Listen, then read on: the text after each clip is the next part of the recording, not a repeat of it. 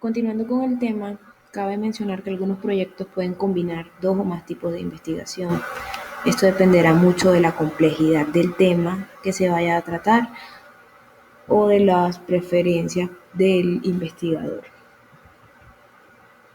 Otro de los elementos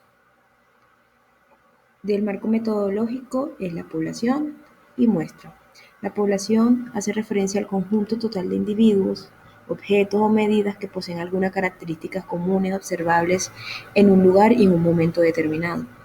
Una muestra es un subconjunto fielmente representativo de la población.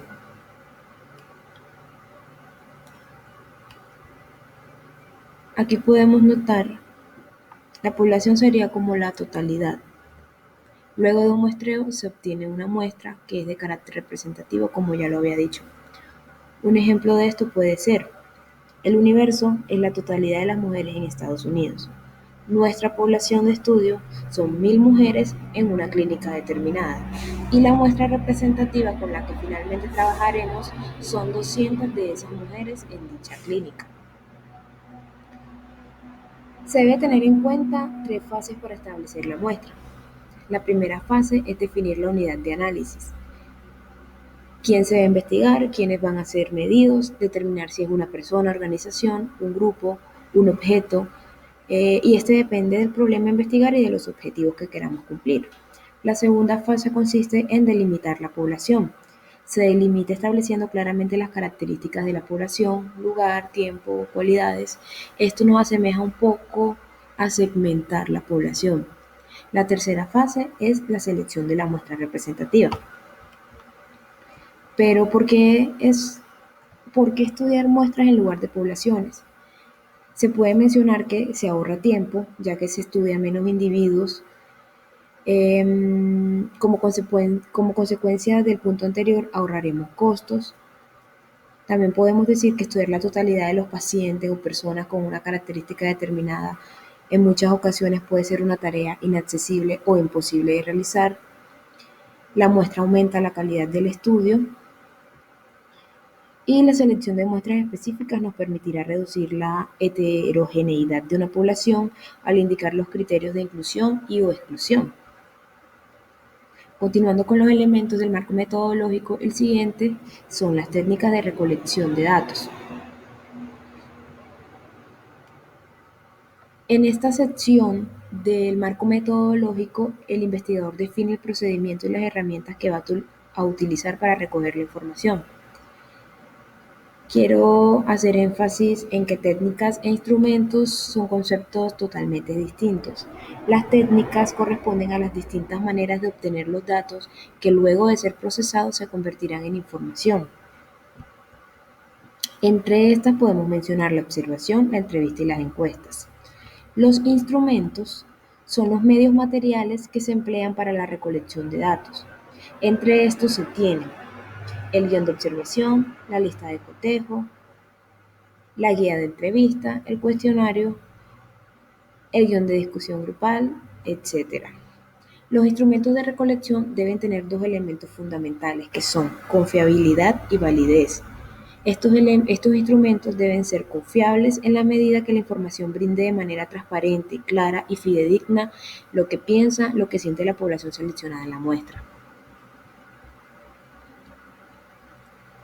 Con esta diapositiva quiero mostrar un poco la diferencia entre técnicas e instrumentos. Si bien la técnica utilizada o seleccionada en este caso son encuestas o una encuesta, el instrumento seleccionado es el cuestionario. Mediante este cuestionario obtendremos los datos que requerimos.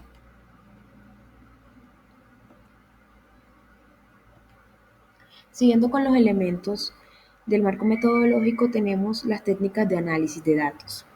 Estas son las técnicas lógicas o estadísticas que serán empleadas para descifrar lo revelado por los datos que han sido recolectados y procesados anteriormente.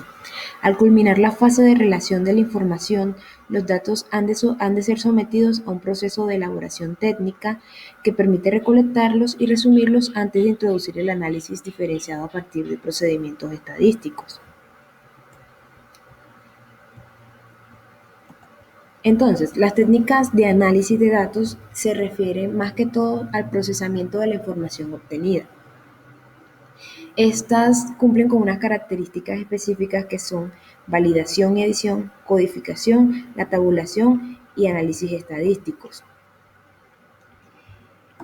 Para explicar un poco más acerca de estos, tenemos que la validación y edición, en cuanto a validación, es el proceso de verificar que la técnica o método de recolección de datos que hemos seleccionado se ha realizado de acuerdo a lo establecido. La meta de la validación es detectar fallas en el proceso. La edición implica verificar manualmente los errores. Por ejemplo, si se determinó que la técnica de recolección de datos es mediante entrevistas, se debe validar que éstas se hayan hecho bien.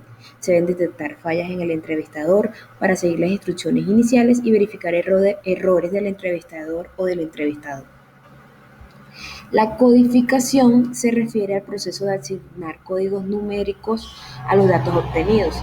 Por ejemplo, asignar códigos numéricos a las respuestas de una pregunta determinada.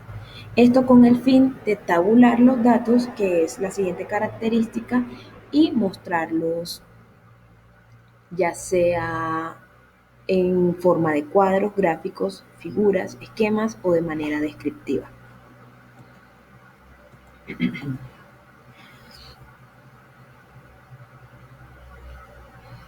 Aquí traigo un ejemplo de las técnicas de análisis de datos. No se ve muy bien, disculpen la calidad de la imagen, pero lo que quiero mostrarles es que estos datos que fueron tabulados finalmente fueron representados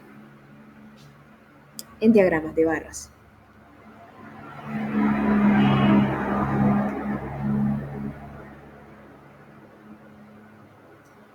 De manera general, los elementos anteriormente mencionados son los elementos básicos que debe encontrar o contener un marco metodológico.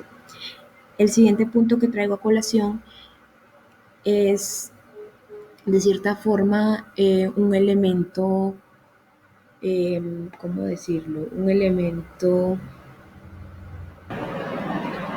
opcional, y es el cronograma de actividades.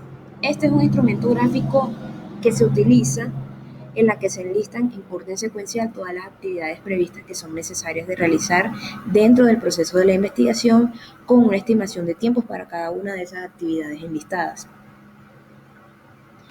Dentro de las características que se pueden mencionar del cronograma de actividades es que se especifican, como ya lo dije, las actividades y los lapsos posibles para la ejecución de la investigación.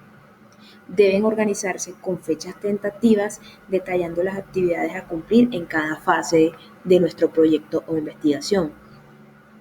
El cronograma de actividades, además, da una idea de cuánto tiempo se necesita para la culminación de la investigación.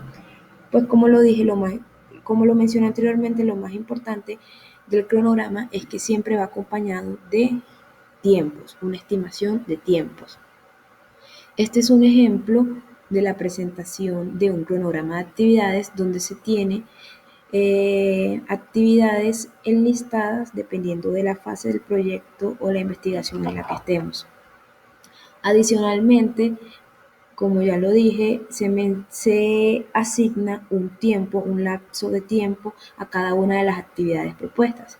Por ejemplo, la actividad 1, en este ejemplo dice que nos va a tomar entre la primera semana y la segunda semana. La actividad 2, en este ejemplo dice que va desde la semana 2 a la 3 y así sucesivamente hasta asignar un tiempo a cada una de las actividades propuestas. Una de las herramientas más utilizadas para representar cronogramas de actividades es el diagrama de Gantt. Esta es una herramienta que permite modelar la planificación de las tareas necesarias para la realización de un proyecto